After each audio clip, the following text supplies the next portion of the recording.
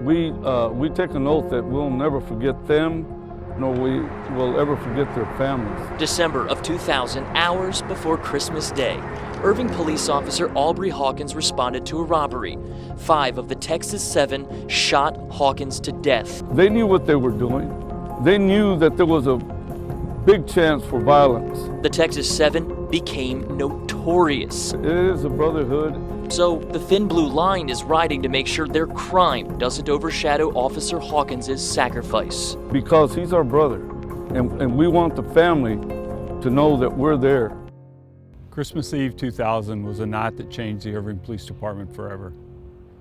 Every police officer recognizes that he or she may be asked to make the ultimate sacrifice.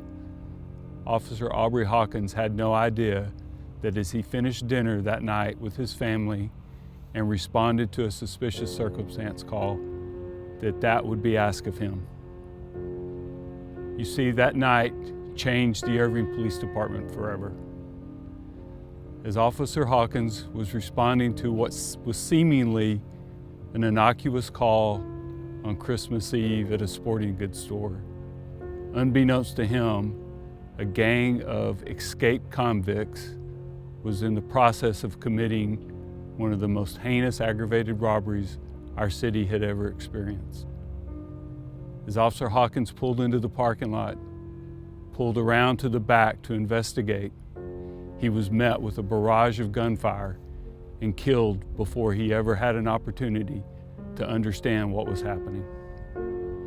Over the next 6 weeks, our department grieved and was determined to catch, prosecute, and see convicted the 7 suspects who were responsible for his death.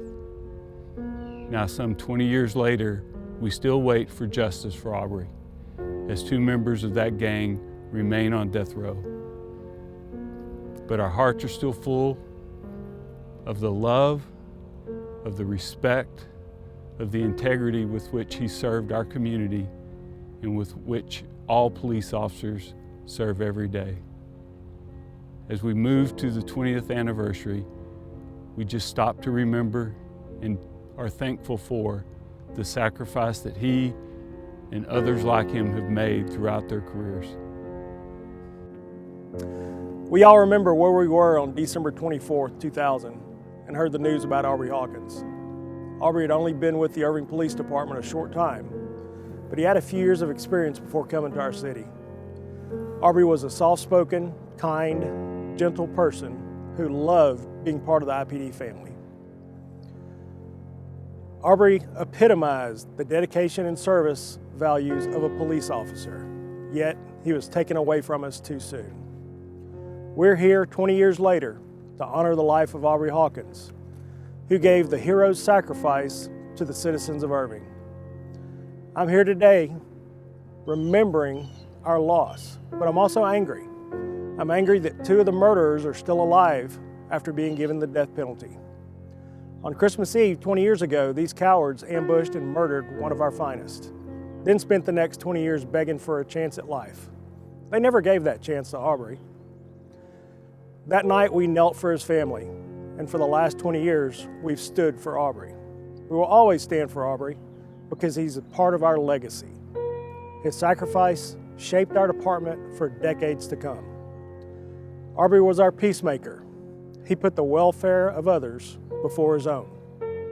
He was that thin blue line protecting the lawful from the lawless, and he will be with us forever. It's an honor to be able to share some of my memories of Aubrey today. Unfortunately, many of our current personnel never had an opportunity to work with him. Hopefully, I can give them just a little bit of insight into what he was like. I was still a relatively new officer on South B nights when Aubrey came to our shift. With lots of people, it takes a while before you really get to know them. But he was the kind of person you felt like you'd known for a long time immediately after meeting him. Aubrey was extremely humble. He was never one to brag about himself. And I don't recall ever seeing him in a bad mood. He was always happy and upbeat, and he loved being a police officer. We often get caught up in the exciting part of policing that's typically portrayed on TV and in the movies, forgetting that we are peace officers. But that's exactly what Aubrey was. He was a peacekeeper. That's why he wanted to do this job. He was a kind man who was always calm, even-tempered, and nice to everyone, regardless of how he was treated. One of my favorite memories of Aubrey took place on a rainy evening on the East Service Road of Loop 12. He'd made a traffic stop, and at some point during the stop, the driver he'd pulled over decided he was going to get out of the car and try to run away. I don't remember why he wanted to run, but he did. They were parked next to a mud-covered hill, and Aubrey keyed up on his radio, announced that he had a male running from him, and he took off after him.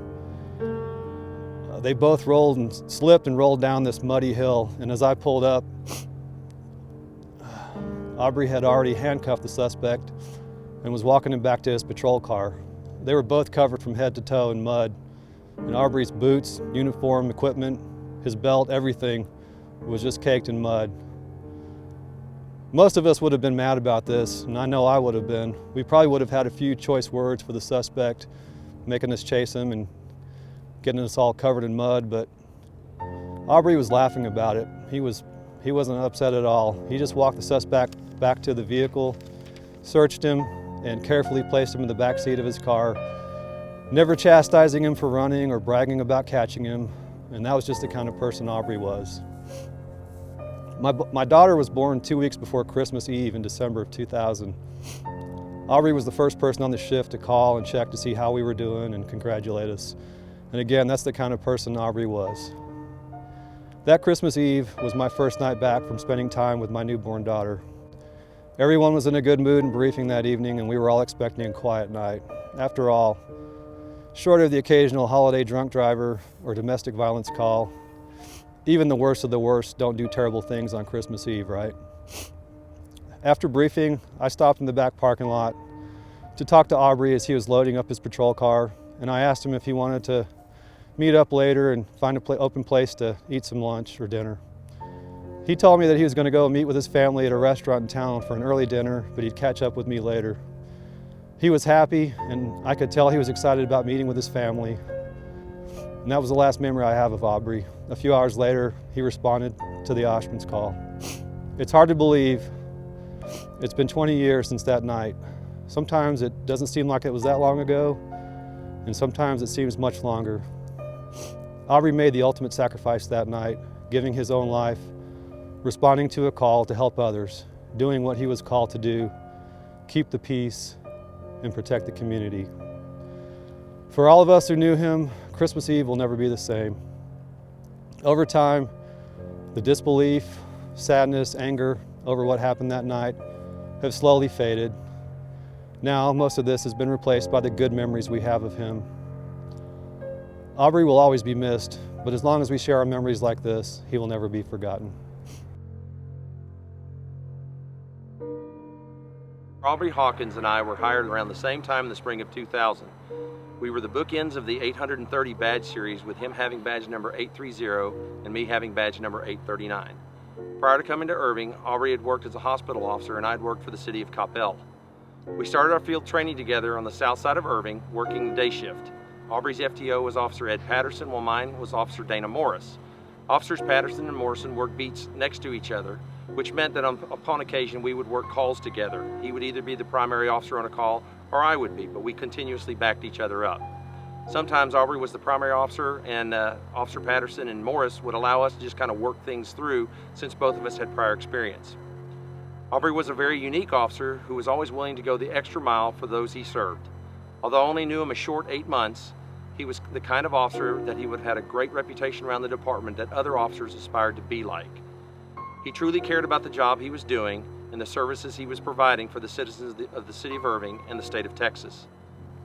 Aubrey was so committed to customer service that I remember him speaking with the watch commander on a call one night that he had just taken. Lieutenant John Thorpe was in the office and was the watch commander assigned to the shift that Aubrey was on. Aubrey had just taken a welfare concern call for some children with CPS. He was extremely upset about the fact that the children were living basically in squabble and filthy conditions, and that he thought that there needed to be more that we could do for those kids. I truly believe that Aubrey would have taken the children out of there, but CPS said that as long as they have food, shelter, and clothing, there's not much they could do. Sanitary living conditions were not part of CPS's guidelines, and Aubrey just didn't think that was good enough. He wanted to go the extra mile. He wanted to serve that family, and he wanted to protect those children and give them an opportunity like others.